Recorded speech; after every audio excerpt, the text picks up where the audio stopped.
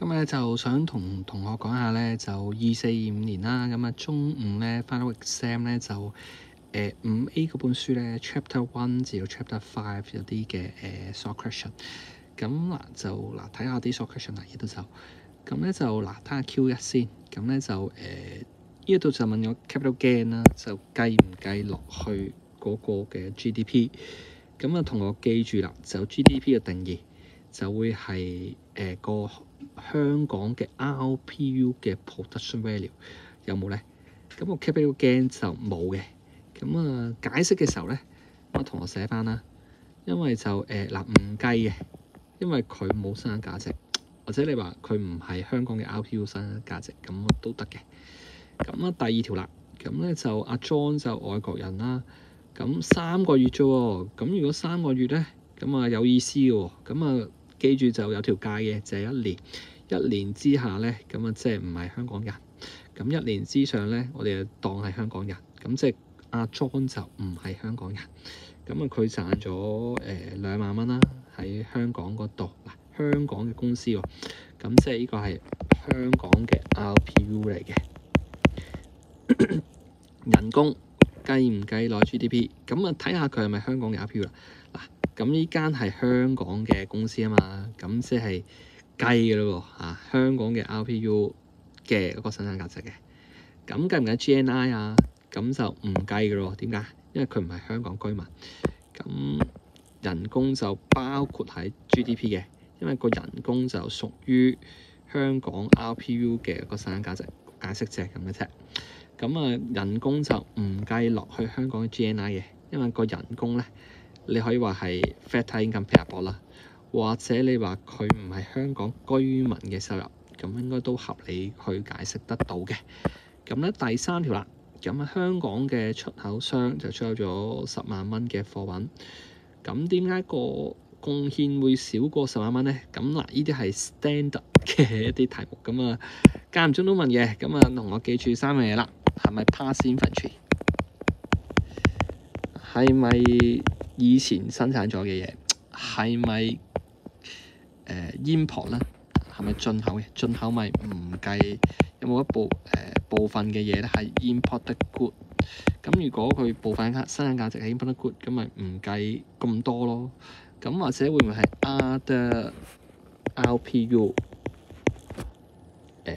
係有一啲其他香港其他生產者嘅個生產價值咪唔計咯。咁呢一度就個焦點就係咪呢一個人？sorry， 應該就係咪對成個嘅香港嘅 GDP 嘅貢獻係咪少過10萬？咁就算佢係其他，但係香港嘅 RPU， 咁應該都計啊嘛。咁所以呢一個 point 就唔用得嘅。咁所以同學就你係就話佢係 past inventory， 一係就話佢係 imported good。咁第3條啦，一係你話佢係個 past inventory 啦，咁啊就佢唔計，佢只不過係唔計係今年嘅啫嚇。咁如果係imported， 你想話 imported good， 你話可能係有一啲嘅進口物料喺入邊嘅，所以就唔計晒啦。部分啦，你留意係部分啦，咁所以計唔晒。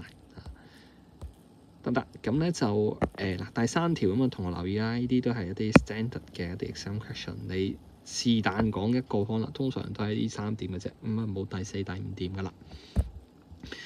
咁啦，Q4啦，香港居民就享受免費教育，但係其實大家知啦，你讀書咁基本上你唔使俾學費啊嘛，咁所以冇一個交易喺邊個。咁係咪對個 GDP 嘅貢獻就係冇咧？咁啊唔係嘅，咁啊同學留意啦。咁唔係嘅，咁啊睇個 answer 啦。咁咧之前都有講啦，有個 point 唔啱嘅，咁 RPU 啦。咁呢個就唔係嘅，因為咧香港政府資助咗，所以香港政府就會用一個 factor cost 去計算個 GDP 嘅。咁即係因為啲學生冇俾嘅錢學校啦，咁究竟學校嘅服務對個 GDP 嘅貢獻有幾多咧？其實就睇下老師嗰啲嘅人工啊、校長人工啊、工友人工加晒佢，就係香港中學教育對於香港嘅 GDP 個貢獻嚟㗎啦。咁同學留意呢個 point 啦。咁如果政府嗰啲嘅支出咧，佢係用個 factor cost 去計嘅。咁啊，要講下佢係用個 factor cost 去計啊。咁咧就嗱，咁啊其實第一課就頭嗰4條啦，咁啊大家要識啦。咁啊第5條就講第二課㗎啦。咁咧就會唔會高估咗個生活水平，或者低估咗嘅？咁啊衰退期間，咁啊又係有啲 point 咧，咁大家自己數下啦。咁係咪 uneven 嘅 income distribution 啦？有冇 pollution 啦？pollution 係嘛？咁啊仲有咩啊？即係 price level 啊？會唔會係個 population 有影響啊？咁咧就嚟嚟去去都係即係嗰啲 point 嘅啫。咁啊，同學去計計啦。咁啊，有冇 leisure time 啦？咁啊，即係當然仲有其他啦。咁啊，大家自己背一背啦。咁衰退按道理個 GDP 會跌咗，但係 GDP 跌咗係咪表示個 living standard 都按翻相同嘅一個幅度去跌咧？咁啊唔係喎。咁可能會高估咗個跌幅嘅喎，係咪？嗱，同學可以諗下啦。咁啊，譬如 leisure time，如果係衰退期間個 leisure time，但係冇嘢做，咁自然個 leisure time 會點啊？高咗嘅喎，高咗咁即係個生活水平又會好翻少少嘅喎。咁所以衰退並不表示就係個生活水平會跌，或者係個 pollution。咁你少咗生產係嘛？衰退冇人做嘢啦，少咗生產，咁個 pollution 又少咗喎。咁嗰個嘅生活水平可能又唔會跌得咁多。咁啊，呢度就同學你要去講得通啦，係咪先嚇？咁啊，可能比較易講就會係 leisure time 或者係個 pollution 啦。咁啊，同學就自己再去解釋下咁樣啦。咁啊，當然其他 point 你要寫到合理先得啦。咁啊，唔可以隨便亂咁寫啦。咁咧就嗱第6條咁啊嗱。對社會嚟講，失業有咩成本？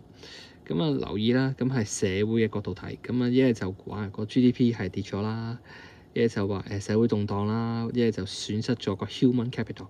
咁啊同學留意啦，即係點解你要用個 human capital 係嘛？即係政治動盪啦，咁啊大家冇嘢做，上街抗議啦，咁個 GDP 跌咗係嘛？咁個 human capital。咁啊，千祈唔好用個skills 喎，因為 skills 就比較個人啲。Human capital 咧就講成個社會喎，咁啊，所以就 loss in human capital。咁嗱又搞掂咗咯，個 cost to society。咁啊第7條，咁啊GDP deflator 同個 CPI 有咩分別？咁一個就 fixed basket 啦嚇，即係用翻相同物品去計個物價啦。一個就 variable basket 啦，一個就計咗個 consumer goods， 另外一個就 consumer goods 加埋 capital goods 或者叫 producer goods。咁啊留意啦，咁啊呢啲咁啊同學記住要背喎。fixed basket of goods 啦，即係用一個 fixed basket of goods 去計算嗰個嘅物價水平啦。咁後邊有講嘅。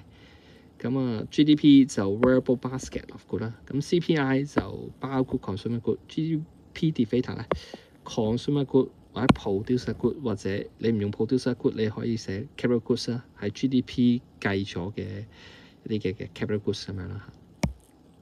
嗱咁啊又搞掂喎第7條，咁咧第8條咧就unemployment rate 咁啊都係第3課啦嚇。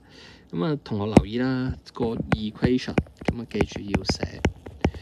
咁咧個 equation 就 unemployed population over the labour force。咁多咗香港人就返大陸做嘢喎，即係個 labour force 咧就會跌錯。咁個 unemployment 咧又會跌錯。嗱，如果兩個跌嘅時候咧，就需要睇咩？睇個 percentage change。咁啊，同留意啦。嗱，條式就有分嘅。